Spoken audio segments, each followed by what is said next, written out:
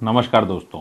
आज हम बात करेंगे सिमर की कहानी। अगर काश इतनी सी बात पता होती तो 50 लाख का नुकसान नहीं होता, भविष्य के साथ ये खिलवाड़ नहीं होता जो शायद पूरी ज़िंदगी पे बहुत ज़्यादा भारी पड़ जाती है। तो ये है सिमर की कहानी। जब सिमर 1 साल की थी तब उसकी माँ के मन में एक सपना आया, छोटा सा सपना जो हर माँ के मन में रहता है कि मेरी बेटी जब 20 साल की हो तो मेरे पास इतना पैसा हो कि मैं उसको वो करा सकूं जो वो चाहती है। वो चाहे ऑस्ट्रेलिया जाना चाहे, वो चाहे यूएस जाना चाहे, कहीं भी विदेश पढ़ना चाहे, जिस पढ़ाई को करना चाहे कराएंगे। और इतने में उसकी मुलाकात होती है एक फैमिली फ्रेंड के ज़रिए, एक एडवाइज़र के साथ। और उसने कहा, जो भी वादे करते हैं आपको पता ही होगा कि ज़िंदगी बन जाएगी, बहुत अच्छा प्लान है। सिमर की माँ ने पूरी ज़िंदगी ईमानदारी से जॉब की, हर महीने अपने जो भी सैलरी आती थी उससे बचत करने के बाद एक एक पैसा बचाया अपने लिए, बच्चे के लिए, कि वो उस पैसे को इन्वेस्ट कर दे। इन्वेस्ट करके अल्टीमेटली एक प्लान में इन्वेस्ट करना था। सो आप अगर देखें तो मोबाइल टूटा हुआ जिस पर रबड़ बैंड लगा करके इस्तेमाल करना, हम में से बहुत सारे माता पिता ऐसे हैं जो आज भी इस तरीके के मोबाइल्स यूज़ करते हैं, सिर्फ इसलिए कि बच्चों का फ्यूचर अच्छा हो सके, सिर्फ इसलिए कि उनके पास भी रिटायरमेंट के बाद वेल्थ हो। उन्होंने भी इन्वेस्ट किया इसी तरीके से। अब बात आती है वहाँ पे एक और इन्वेस्टमेंट किया एक और उन्होंने।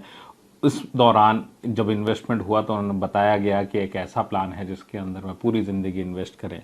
और जब इस तरह की कहानी आई हमारे सामने, एक्चुअल केस हमारे अपने कस्टमर्स पार्टिसिपेंट्स के तौर पे, तो मुझे लगा कि सबके साथ शेयर किया जाए। इसी कड़ी में एक नाम और जुड़ना चाहूँगा, सो अनोनिमस नाम रखूँगा, इसको मैं काल्पनिक नाम दे देता हूँ, अभिषेक। तो अभिषेक की अगर मैं बात करूं तो अभिषेक का भाई ने आईआईएम से डिग्री ली और उसके बाद काफ़ी सक्सेसफुल अपना करियर बनाया। बट एक दिन एक बीमारी होती है और उसके बाद ये पता चलता है कि भाई काम करने के लायक नहीं बचे।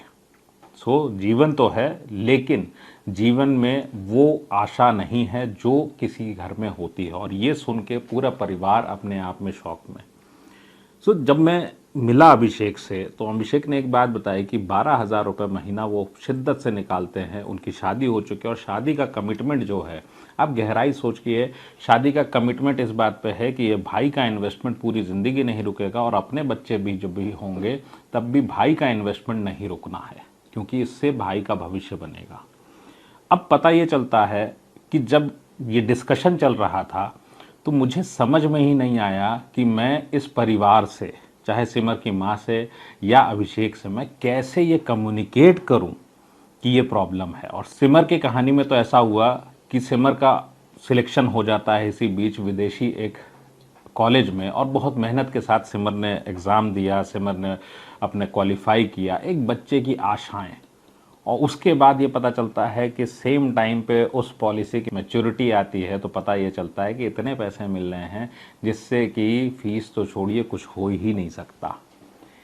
30 लाख रुपए जमा कराने थे परिवार को। और आप अगर हैरानी की बात करो, इन्वेस्टमेंट की बात करो, तो जितने पैसे सिमर की माँ ने इन्वेस्ट कराए, अगर उनको पता होता कि महंगाई से ज़्यादा का इन्वेस्टमेंट करना है, ऐसा इन्वेस्टमेंट करना है जिसमें महंगाई से ज़्यादा पैसे मिले, क्यों, जो पैसा उन्होंने उसमें इन्वेस्ट किया अगर दूसरी जगह करते, अगर उन्होंने म्यूचुअल फंड की सिप भी ले ली होती तो सिमर को 50 लाख रुपए मिलते और उसका एडमिशन आराम से पॉसिबल था। आखिर 22 साल के इन्वेस्टमेंट के बाद इंसान को क्या पता चला कि पूरी ज़िंदगी वो जिस चीज़ के लिए इन्वेस्ट कर रहे थे उसमें पैसा कहाँ मिला, क्या भविष्य बना। अगर 5 लाख 10 लाख रुपए मिलते हैं किसी को और 30 लाख रुपए भरने हैं तो फ़र्क कहाँ पड़ेगा।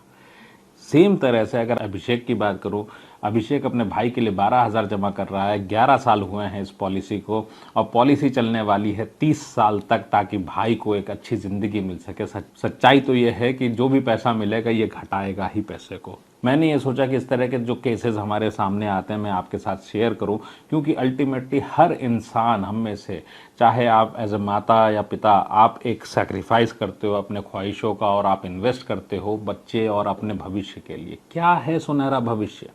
जो मैच्योरिटी से पैसे आएंगे उस पैसे से ही तो आप अमीर बनने वाले हैं। आप इन्वेस्ट करते हो और आप महंगाई से भी अगर कम आपने इन्वेस्टमेंट पे रिटर्न बनाया तो फिर मिलेगा क्या। इतनी सी बात नहीं पता है हमारे भारतीयों को। कितना प्रीमियम देते हैं हम लोग इस नाम पे कि गारंटीड इन्वेस्टमेंट के साथ गारंटीड रिटर्न मिलेगा। क्या है गारंटी? गारंटी सिर्फ इस बात की है दोस्तों कि अगर ये कलम आज 5,000 का है तो इस कलम को अगर मैं ख़रीदना चाहूँ, मैंने मान लीजिए 5,000 रुपये का निवेश कर दिया और 20 साल बाद मैं निकालूँ, तो मेरे मन में क्या आता है कि ऐसे मैं 20-25 कलम खरीद लूँगा। सच्चाई क्या है? इतनी सी बात है छोटी सी कि सच्चाई ये है, इंडिया में जो आपका फेवरेट इन्वेस्टमेंट है, जो आपको बोला जाता है कि भाई साहब कोई भी पीछे पड़ के आपको बोलता है ये खरीद लीजिए, सच्चाई है 20 साल के निवेश के बाद ये कलम आप नहीं खरीद सकते। क्यों? वो पैसा बढ़ाने के बजाय घटा के देते हैं। और आपके जीवन में वेल्थ का रूल क्या है? आपके जीवन में अगर सिमर की बात करो, हर एक इन्वेस्टमेंट किसी ना किसी ज़िंदगी से जुड़ी है और इसीलिए ये टॉपिक मेरे दिल के सबसे करीब है। अल्टीमेटली सिमर की माँ का दोष क्या था? सिर्फ इतना कि नहीं पता है कि कहाँ इन्वेस्ट करना चाहिए। अल्टीमेटली अभिषेक की गलती क्या है? क्या 12,000 रुपये हर महीने बड़े भाई के लिए सहयोग करना आज के कलयुग में कौन करता है? एक बच्चा जो कर रहा है अपने भाई के लिए, क्या मिलेगा उसको? सिर्फ उसके जीवन से खिलवाड़। उसको सारे डॉक्यूमेंट्स में लिखा है कि उसने सब कुछ समझ के कर लिया, कितने लोगों को पता है? सिमिलरली डायरेक्ट म्यूचुअल फंड में इन्वेस्ट करते हैं लोग, कितनों को पता है कि उसके अंदर क्या होना है? बिना एजुकेशन के अगर इन्वेस्ट कर रहे हैं उसकी कीमत बहुत बड़ी है। जब हम बात करते हैं सेव करने की, क्या हमारी जिम्मेदारी ख़त्म हो गई? छोटी सी बात जो हमें हर परिवार को समझने की ज़रूरत है वो इतनी सी है कि फाइनेंस में आप में से कोई भी जो इस वीडियो को देख रहे हैं, आप अपने बच्चे को IIM भेज के, आप अपने बच्चे को XLRI और हार्वर्ड भेज के फाइनेंशियल एडवाइज़र नहीं बनाने वाले हैं। आप अपने बच्चे को LIC इंश्योरेंस एजेंट नहीं बनाने वाले हैं हार्वर्ड भेजने के बाद। इसका मतलब हम सब जानते हैं जब कोई फेल होता है तो उसको बोला जाता है जा करके इंश्योरेंस एजेंट बन जा, क्योंकि पैसे नहीं लगते। क्या ऐसा व्यक्ति आपके जीवन का विधाता बनेगा? क्या ऐसा व्यक्ति आपके पैसे को मैनेज कर सकता है? आप खुद सोच के देखिए। उसका इंटरेस्ट क्या है? वो MDRT हो जाए। उसका इंटरेस्ट क्या है? वो COT TOT हो जाए, उसकी मर्सिडीज आ जाए। आपका इंटरेस्ट है आपके घर के बच्चों का भविष्य। सेविंग करके जिम्मेदारी पूरी नहीं होती। खाली आपको बाकायदा इन्वेस्टमेंट सीखना पड़ेगा, फाइनेंशियल प्लानिंग सीखनी ही पड़ेगी, वरना कितने सिमर बनेंगे? लाखों पॉलिसीज हर साल बेची जाती हैं, किसको? हम में से मिडिल क्लास को ही ना। और ये हार्ड एंड पैसा, इसी से भविष्य बनना है, इसको कहानी मान के भी छोड़ा जा सकता है।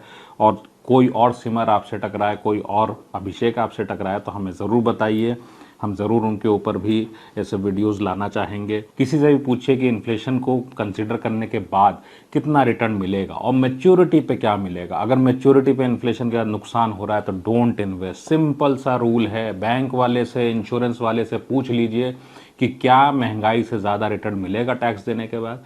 अगर ये सवाल इंडिया ने पूछना शुरू कर दिया तो आधी कंपनियां वैसे ही आपको बेवकूफ़ बनाना बंद कर देंगी।